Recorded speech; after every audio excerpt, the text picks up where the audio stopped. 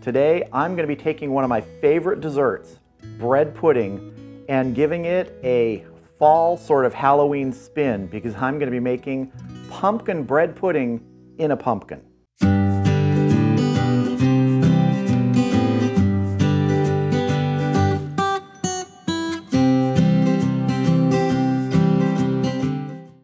So bread pudding is just a terrific dessert, and it is so easy to make. Even if you don't make it in a pumpkin, you can make it in a baking dish, a foil pan. The ingredients, you can mix and match, play with the flavors. You can do it out on the grill or, like I am today, in the oven. Now this is sort of a collaboration video. My buddy Joe over at Smokin Joe's Pit Barbecue is also doing something with a pumpkin. He had the idea of using a pumpkin in maybe a different way in some videos, and so we decided we'd each pick something to do, and I'll put a link to his channel so you can go check out his video that he's doing. I already know what it is and it's gonna be pretty cool. But let's get on to making our bread pudding portion of this pumpkin bread pudding. So first we're making sort of the custard portion, the stuff that we're gonna pour over all the bread that's gonna be the basis of our bread pudding. And we're starting with 15 ounces of canned pumpkin. This is not the sweetened, already made pumpkin pie mix, just sort of the pumpkin puree that comes out of the pumpkin. Next come 4 eggs. No need to pre-beat these or mix them before we add them. Now I'm gonna add 2½ cups of half and half. I always reserve a little bit so that you can thin this out if we need to, because if you need to thicken it, you just add more bread. But we're starting with 2½ cups and we'll add more if we need to. Next I have ½ cup of sugar. I'm using cane sugar, but you can go ahead and use table sugar, the white sugar if you want. I also have ½ cup of brown sugar, a teaspoon of vanilla, a ¼ teaspoon of kosher salt, 2 teaspoons of ground cinnamon, and ½ cup of unsalted roasted pecan pieces. And we're just gonna mix this up. I'm gonna get all that cinnamon and the dry ingredients incorporated in here. And make sure you give it about 30 seconds of a really good mixing here with your whisk. Want to make sure those eggs are broken down and incorporated. That's looking good. Let's get our bread out here. So for bread, I have about 1 1/4 loaves that I'm starting with. It's a mixture of brioche bread, some just regular white bread. Now you can use bread that's, a few days old. Maybe it's getting a little stale. That's perfect for this. It's going to absorb all that moisture from the custard. It's going to be perfect. And we're just going to start breaking this down here. Now some people like to have very uniform cubes when they're making bread pudding. I don't go for that. I like it just sort of rustic. Everything broken down. So we are just tearing the bread into pieces. Some people also remove the crusts. If you want to do that, you can. I like leaving the crusts on. One of the reasons I really like bread pudding is it's one of those dishes that you just take what you have, you mix it together, and you end up with a great dessert after you bake it. Just looking for any pieces that are a little too big, but I think we're getting pretty good here. That's looking good to me. Let's get our custard in here. So I'm just gonna take this custard, pour it in. Take a spoon, start mixing everything together here. And we'll see in a little bit if we need to add more bread, if there's too much liquid. You want it to be very, very soaked, but you don't want it to be soupy with a lot of leftover liquid. You want that liquid to absorb into the bread. You want to try and get it so you don't see any more of sort of the white color of the bread. You want to make sure everything is coated so it can really absorb this liquid. All right, that's looking good. We're going to let this soak in those flavors and all that liquid for about 15 minutes while we get our pumpkin ready. So what I'm working with for a pumpkin today is a medium-sized pumpkin here. And what I did was I picked one that had sort of a flattish top and a flattish bottom. So if you look at it like this, you have 2 sides that should be able to rest, fairly flat when it's resting on a tray. Because what we're gonna do is we're gonna create 2 vessels out of this to bake our bread pudding in. So first, you need to get it on its side. And I just want to sort of eyeball this here because what I'm going to do is I'm going to score this pumpkin all the way around, sort of the hemisphere, like we're creating an equator on it. And we'll see how close we get here. when we get all the way around. We're off by a 1/4 inch, but that's all right, they'll meet up. Now I'm just gonna take a knife and I'm gonna start cutting along that score mark so we can separate our halves of this pumpkin. If I didn't mention it, it's a good idea to do this on some sort of tray. It can get messy. All right. Our pumpkin halves. Now it's time to clean these out. So we're just gonna take a spoon or any way you like to sort of clean out a pumpkin, and we're gonna scrape out this inner layer, all the seeds. I've always found just a big old tablespoon, kind to use at a table, not the measuring kind. Works well. Just scrape down the inside. Take out all that filling, set it aside.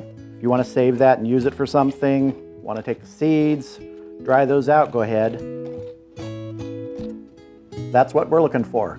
I'm going to get the other one done, and we're going to go ahead and fill these and get them in the oven. So here is one of our pumpkin halves, and what I'm going to do is I'm going to get a little bit of brown sugar in here first, just to coat the inside. I'm going to sprinkle some in here. Just work it around on the inside. I know the bread pudding's not sweet enough, gotta add more sugar. Now let's fill this pumpkin half. I'm gonna start spooning in our bread pudding mixture. You wanna get it pretty close, to the top here when you press it down. And if you got any pieces that are still a little bit of white showing, make sure you press those down so all the juices get on them. That's looking good. I'm gonna go ahead and fill our other pumpkin half, then we're gonna get these in the oven.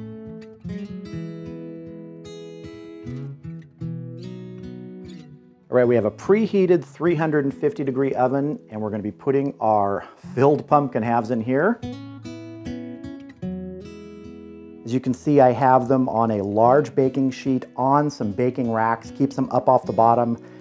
And we're gonna let these go for about 40 minutes before we check them. All right, we've been going for about 40 minutes now. Time to check our bread pudding and possibly put some foil on the top. I'll explain that in a minute. Got some good color on the top there. Now, one of the ways you normally check with bread pudding if it's done is you slide a knife or something thin into it and pull it out, and if it comes out clean, generally it's done.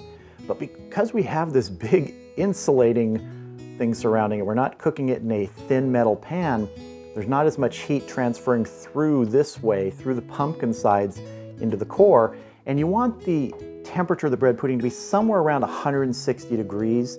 That's when it should be set, and we're gonna be more done near the top, but the deeper we get, the less done it's gonna be. So we're gonna actually do a quick check with the Thermopen and see what our temperature is.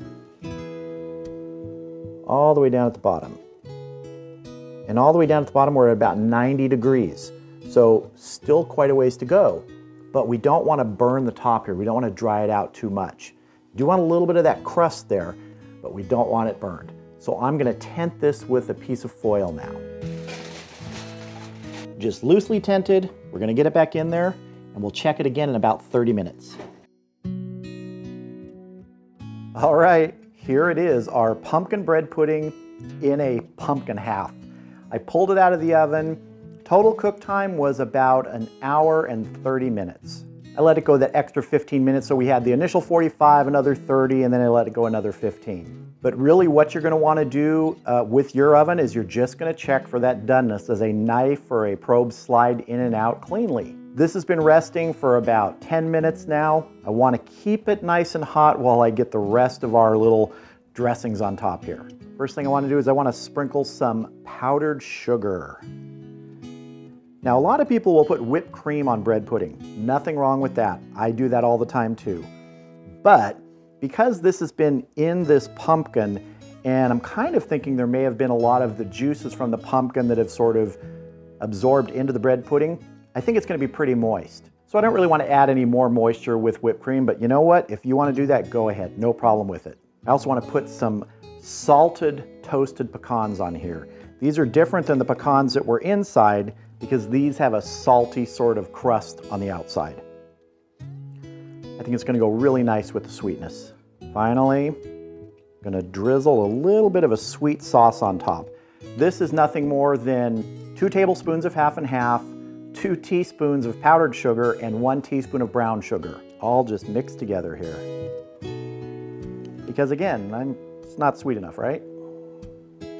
And there we go, our finished pumpkin bread pudding in a pumpkin. You can't look at this and not think it's time to taste. So I'm just gonna dive in right here. And one of the first things I wanna do is get a taste of the bread pudding that's close to the outside here, that's been in contact with the pumpkin shell. I wanna see if we got any more flavor of the pumpkin there. Remember, we did put some brown sugar in there. Oh, look at that. That's what you want. You want it to be cooked but not dried out. You want a little bit of that sort of custardy, puddingy consistency in there. So let's see. Oh man, that is good. You know, we have pumpkin in the bread pudding mixture, in that custard. We added a can, but there is a super pronounced pumpkin flavor here from that side. I'm thinking that we did get some more of that flavor in there, and I gotta say, I really like that. Let's get a piece more from the center here. Some of this nice crispy top, maybe a pecan. There's another thing I'm noticing here on that last bite. It wasn't overly sweet, like where it's just punching you in the face going, this is too sweet. This is most certainly a sweet dessert, but it is not overpowering. Quite a bit of bread in there to absorb all those flavors, all the sugar, distribute it. But let's see how we got here with a piece of that pecan. Oh, come on, that is good. Oh man, this is a diet killer, let me tell you. There aren't too many desserts which really, really excite me. Bread pudding is one of them. Almost any kind of bread pudding. I gotta say, this Halloween-inspired, pumpkin-inspired bread pudding really, really turned out nice. I think if you've got the chance to do this, I would certainly give it a shot. So if you're looking for something to use a pumpkin for, instead of just carving it up, try cutting it in half, hollowing it out, filling it with a bread pudding mixture, giving it that time in the oven, some great flavors, a good topping, and you're gonna have a dessert that's gonna be memorable, filling, and perfect for the holiday season.